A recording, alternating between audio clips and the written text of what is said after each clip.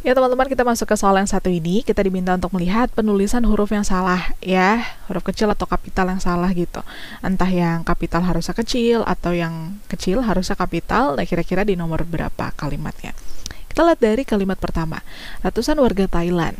Nah teman-teman, karena warga Thailand ini maksudnya warga yang ada di Thailand dan bukan merupakan sebuah jabatan, jadi W-nya huruf kecil aja, ya. Thailandnya kapital betul karena nama negara. Minggunya betul karena nama hari turut dalam doa yang dipimpin oleh sejumlah biksu di kota Nakhon Ratchasima.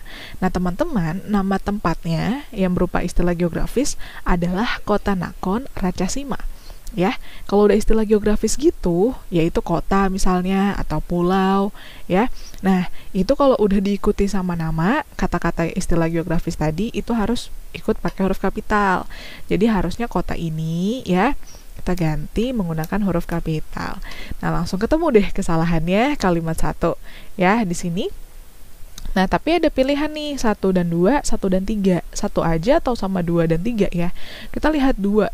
Mereka mendoakan 30 orang yang tewas akibat penembakan massal oleh Sersan Jakapran Thoma pada hari Sabtu.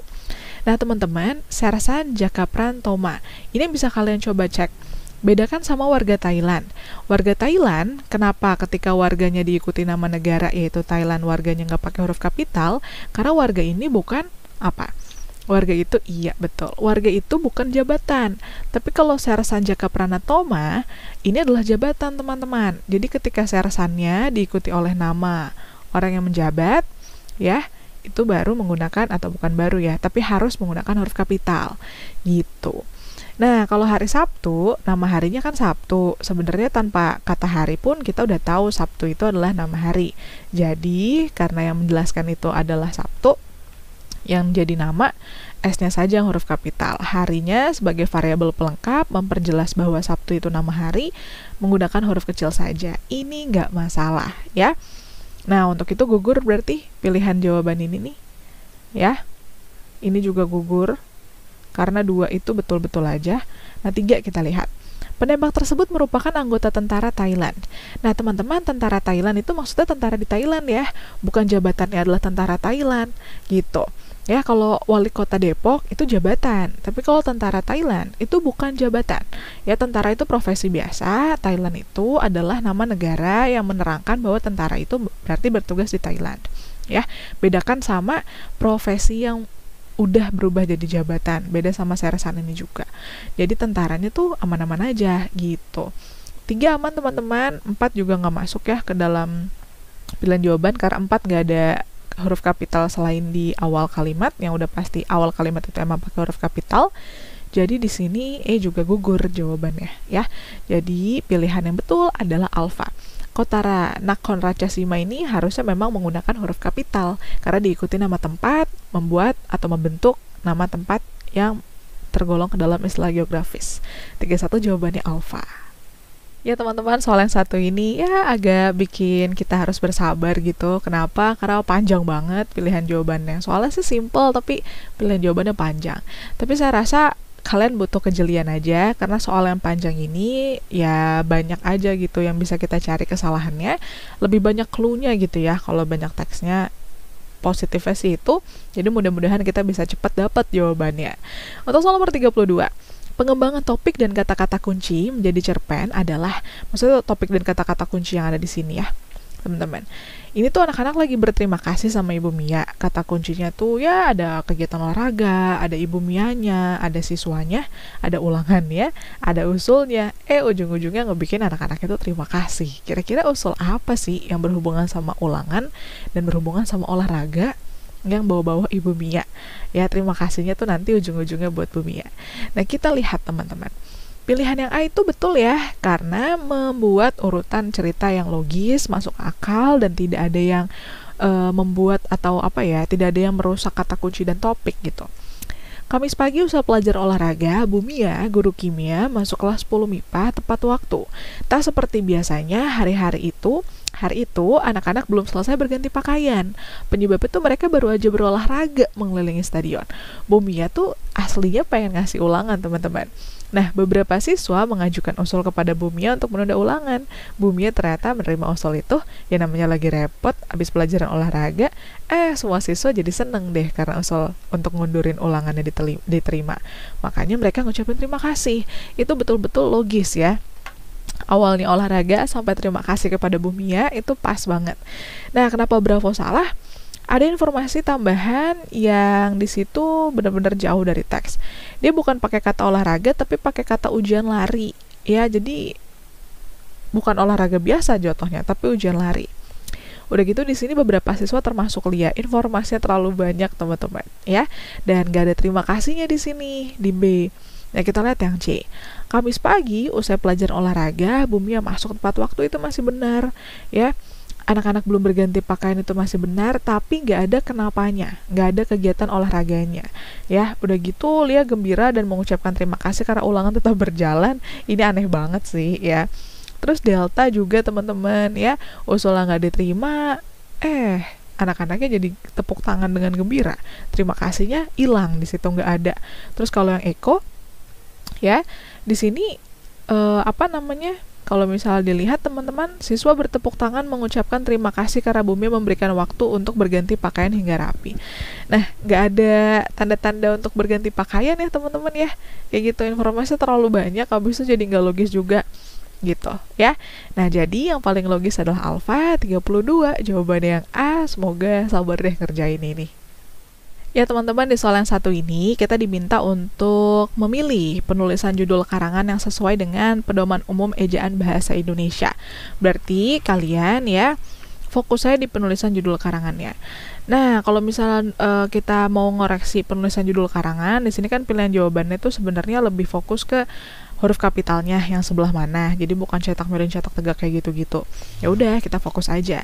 Intinya semua kata dalam judul itu harus diawali dengan huruf kapital di huruf pertama masing-masing katanya ya. Kecuali konjungsi ya, atau kata hubung. Atau kecuali juga yang gak usah diawali huruf kapital itu preposisi alias kata depan seperti di, ke, dari, dalam, pada, yang menunjukkan arah, yang menunjukkan waktu, yang menunjukkan tempat, kayak gitu. Nah, teman-teman, kalau kita lihat di sini, ada beberapa hal yang nggak perlu dikasih huruf kapital, yaitu penggunaan yang. Ya, oleh karena itu, pilihan C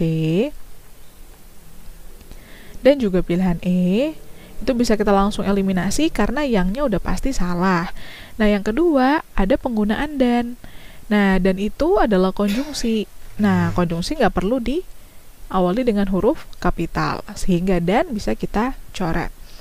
Nah, lalu apa nih yang berbeda dari pilihan A dan pilihan B? Nah, di sini nih memengaruhinya salah. Harusnya pakai huruf kapital ya. Jawabannya adalah alfa, teman-teman. Semoga tidak terlalu sulit. Kita akan masuk ke soal yang berikutnya. Ya teman-teman, kita masuk ke soal nomor 34. Kita diminta untuk menentukan kalimat esai yang sesuai dengan puisi tersebut. Nah, kalau ngomongin soal kalimat esai ya teman-teman ya, biasanya kalimat esai itu lebih ke arah apa ya? Kalimat yang netral-netral aja ya, bukan sifatnya memberitahu kekurangan atau memberitahu kesalahan.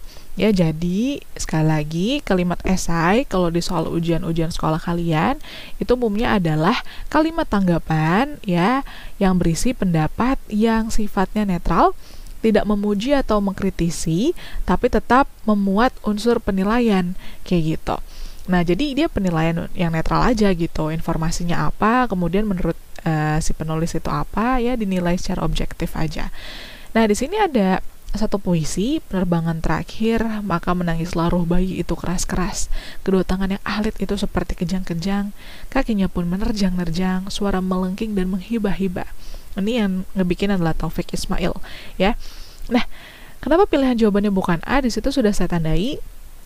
Kalau yang A itu lebih ke arah, ya itu adalah ungkapan yang biasa gitu. Seolah-olah dia mau ngasih tahu, ini puisi nggak istimewa. Jatuhnya mengkritisi dong, ya. Terus Bravo. Untuk pembaca yang kurang menyukai puisi, sulit menerima pesan yang disampaikan Taufik Ismail. Nah, dia melihat dari sudut pandang, mengkritisi. Aduh, sulit nih kata-katanya gitu. Ya, Bravo juga masuknya ke kritik. Terus kalau Charlie, penyair menggambarkan peristiwa dalam puisi itu penuh dengan tafsiran makna dan pilihan kata yang sulit dipahami. Nah, ini juga kritik karena ngomongin hal-hal yang ya agak bernuansa negatif.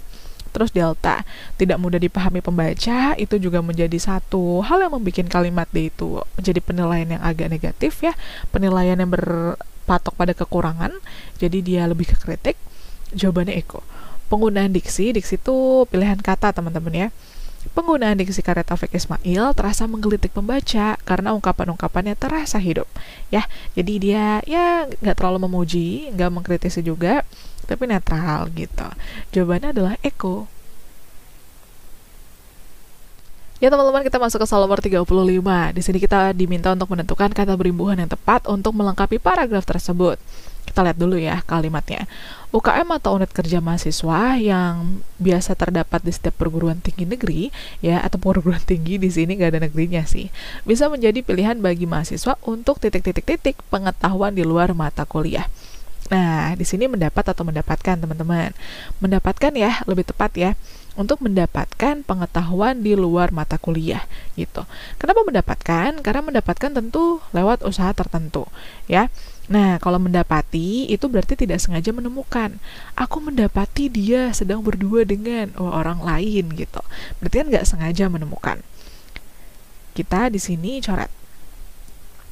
Kalau pendapatan juga tidak tepat, karena yang kita butuhkan adalah kata kerja, pendapatan itu kata benda gitu. Kalau mendapat ya teman-teman ya, mendapat itu lebih ke arah tidak melalui usaha yang disengaja gitu ya. Saya mendapat kritik kemarin malam. Saya mendapat kritik. Ya kritik itu yang datang ke saya gitu. Tapi kalau saya mendapatkan kritik, ya akhirnya saya mendapatkan kritik itu gitu. Nah itu kan berarti kitanya berusaha untuk bisa menerima kritik gitu ya, atau kita berusaha untuk memiliki kritik gitu ya. Jadi teman-teman mendapatkan tuh lebih tepat karena di sini kita lagi ngomongin pengetahuan di luar mata kuliah, sesuatu yang diperoleh dengan cara usaha dulu. Jadi mendapatkan. Mendapat bisa kita coret di sini. Kalau hadiah, kira-kira mendapatkan hadiah atau mendapat hadiah? Nah, karena mendapat itu biasanya diberikan orang lain ke kita gitu ya, bukan kita yang coba untuk meraihnya. Nah, jadi kalau hadiah itu kita sedang mendapat hadiah. Kemarin aku mendapat hadiah gitu. Nah, kemudian B dan C, teman-teman kita lihat pilihan yang berikutnya. Mahasiswa bisa memilih UKM yang sesuai dengan minat bakat mereka, misalnya titik-titik-titik bidang seni musik, teater, taekwondo. Di sini udah ada clue-nya sih. Kan mereka bisa memilih UKM. Nah, UKM itu UKM seni musik, teater, taekwondo. Ya berarti memilih lagi dong, ya. Berarti jawabannya memang yang Charlie gitu, bukan yang Bravo. Lagi pula kalau kita pilih B, pilihan itu kan di sini kata benda ya. Kita lagi butuh kata kerja gitu. Nah, buat kalian yang bingung, UKM itu alias unit kerja mahasiswa, itu istilah lain kalau di sekolah kalian tuh lebih ke ekskul gitu ya teman-teman ya, ekstrakurikuler. Nah, kalau di kampus namanya tuh nanti UKM, unit kerja mahasiswa. Nah, yang terakhir tentu ya untuk minat dan bakat yang paling tepat ya nggak ada kata lain selain menyalurkan. Ya, satu-satunya kata kerja untuk minat dan bakat ini karena kita membutuhkannya ya, itu tentu memang menyalurkan. Kenapa? Karena di sini ada mengikuti yang kata kerja juga, kemudian mendapatkan kata kerja berimbuhan me juga. Tentu supaya di sini paralel, pas kita pakai kata menyalurkan. 35 jawabannya adalah Charlie. Kita masuk ke soal yang berikutnya.